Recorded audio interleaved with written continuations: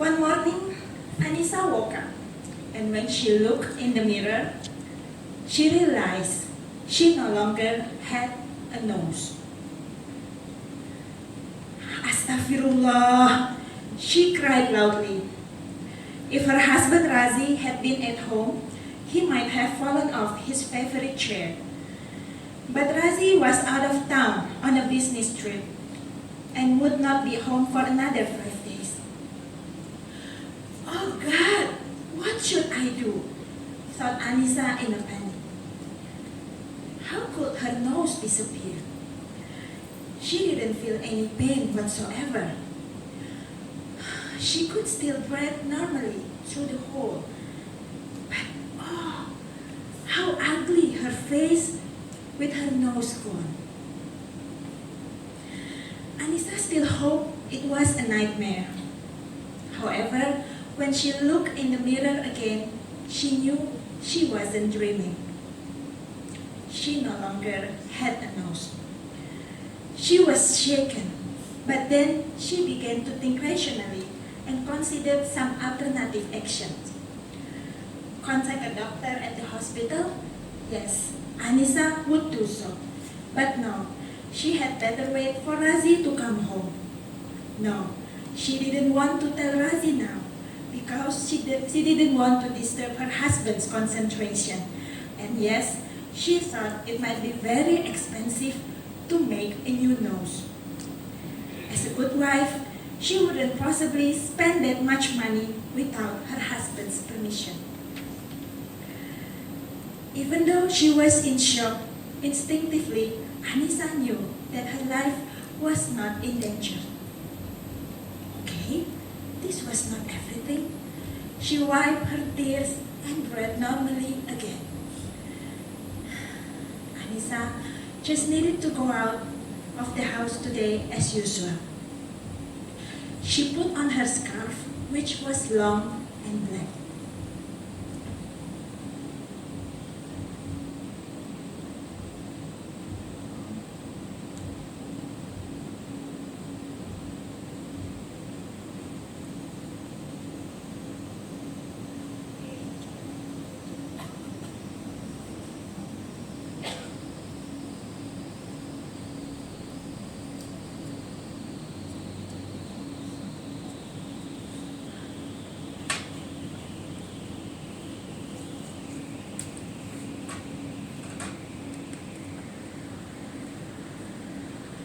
She put on her scarf, which was long and black, along with the niqab or face veil, which she usually wore to cover her face, leaving a pair of eyes and eyebrows. It is lucky I wear a niqab, thought Annisa relieved. She drove her car slowly, half daydreaming. Annisa glanced in the rear view mirror and saw the veil that covered her face. There's nothing different, Nisa. No one will know whether you have a nose or not. She tried to convince herself. For a moment, Annisa focused upon the things that she had to do that day.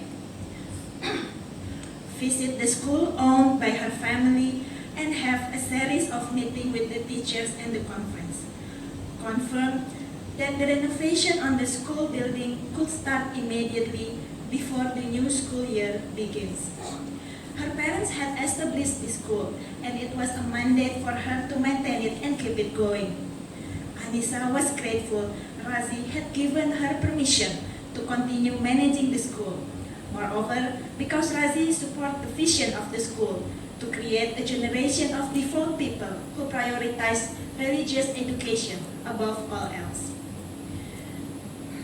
She had spent half the day feeling like a person in hiding, like a frightened person.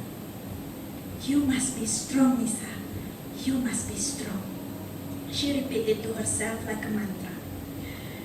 And that was how Annisa spent the day, trying as much as possible to focus on the people she was meeting, looking for solutions to problems they face, and often having to make some final decisions. She just had to finish the day with shopping at the supermarket. Not something difficult, she thought. I've made it through the day so far.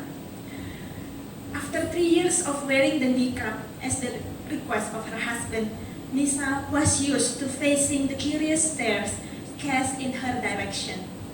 Even more so if they were in the restaurant.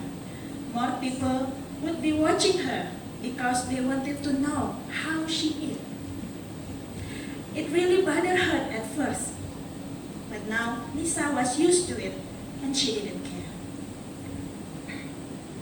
Umi, you are a beautiful woman, and even wearing a headscarf, your beauty can still be seen, said Razi.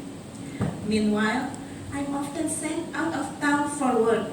I'm not willing to have other men looking at my wife, explained Razi gently while stroking her hair. Razi never forced his wishes, but persuaded her and made her aware of what was right and how she must act as a soleha or a devoted woman. And finally, although half-heartedly, she followed her husband's request that she wear a niqab. And indeed, what Razi had said was true. She felt safer and protected from the gazes of strange men. Even though Annisa found wearing a niqab at times caused difficulties due to the hot and humid weather in Jakarta, or when she ate in a public space. Also, when she met friends at the mall or other public places, Annisa had to call out louder because they, of course, didn't know who she was. Like on this day, when she clearly caught sight of Arifin, a good-looking old friend who she had once been close with. To be precise, Arifin had been in the process of ta'aruf, or getting to know her for some time, before she finally decided to choose Razi. Arifin was standing just a few meters across from her, in the fruit area. Annisa suddenly felt her heart beating faster. He was still as handsome as he remembered. His body had filled out, and he was not as skinny as when he was at university. Say hi, don't. Say hi, don't. Annisa fell into a dilemma. She was still looking at Arifin, who was calmly sorting and juicing orange, unaware of the pair of eyes watching him with the rumbling chest. If she didn't wear a niqab, at this distance, there was a good possibility that Arifin would greet her first, so that Annisa would not have to sacrifice her pride. But of course, right now, imagining not wearing a niqab and meeting a man from her past was not something that would be to her benefit, not when she had just lost her nose. Now or never, Annisa finally got the courage together to greet Arifin. She would say hello to this man who would recognize her voice at least. And even if it were only for a moment, Annisa would chat with him again and see what his reaction was to meeting her. Mas, why is it taking so long? Come on, the film's going to start. Suddenly, a woman approached Arifin and rubbed his back, just when Annisa wanted to step closer to him. The woman was lovely. She didn't wear a headscarf and looked like a young professional with her eyebrows neatly drawn and bright pink lipstick. Annisa still had a chance to steal a glance at the woman's cute nose that fit so well in her oval face.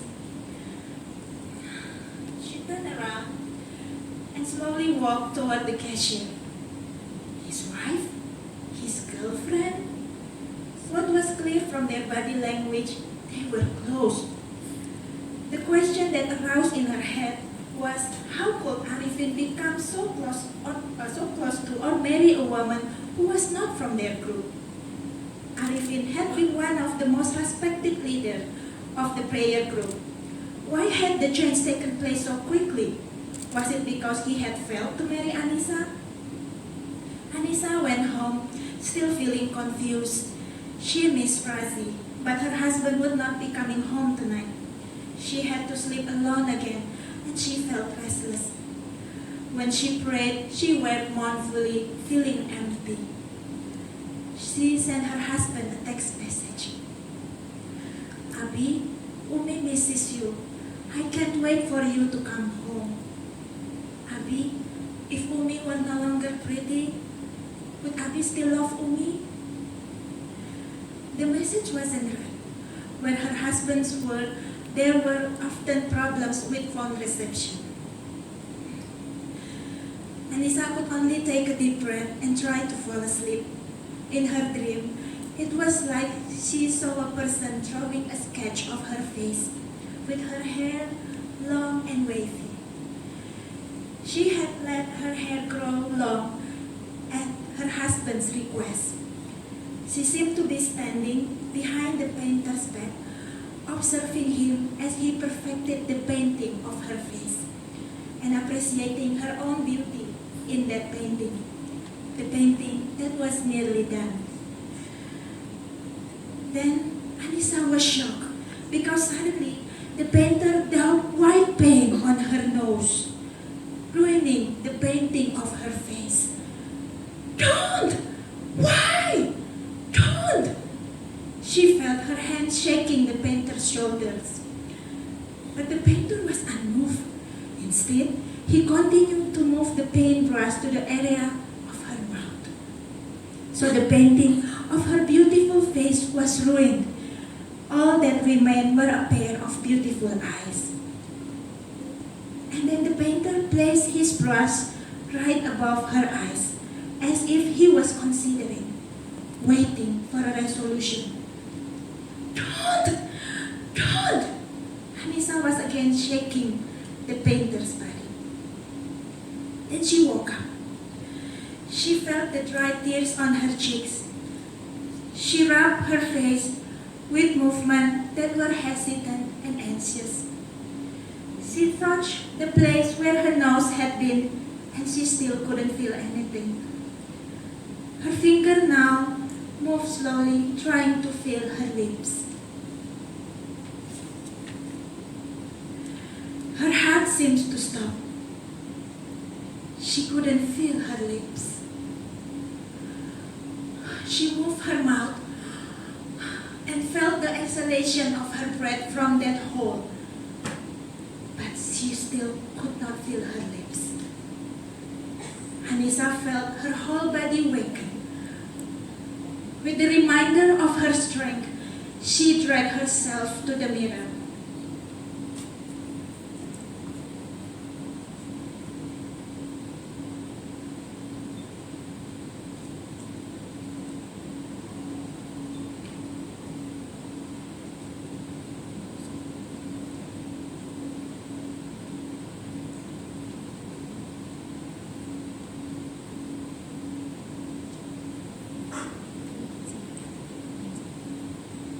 Annisa looked at her face, or, to be precise, what was left of her face.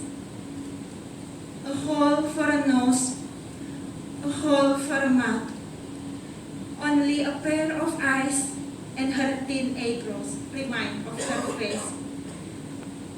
No one would recognize that face as her face, not even Annisa herself. She wept uncontrollably.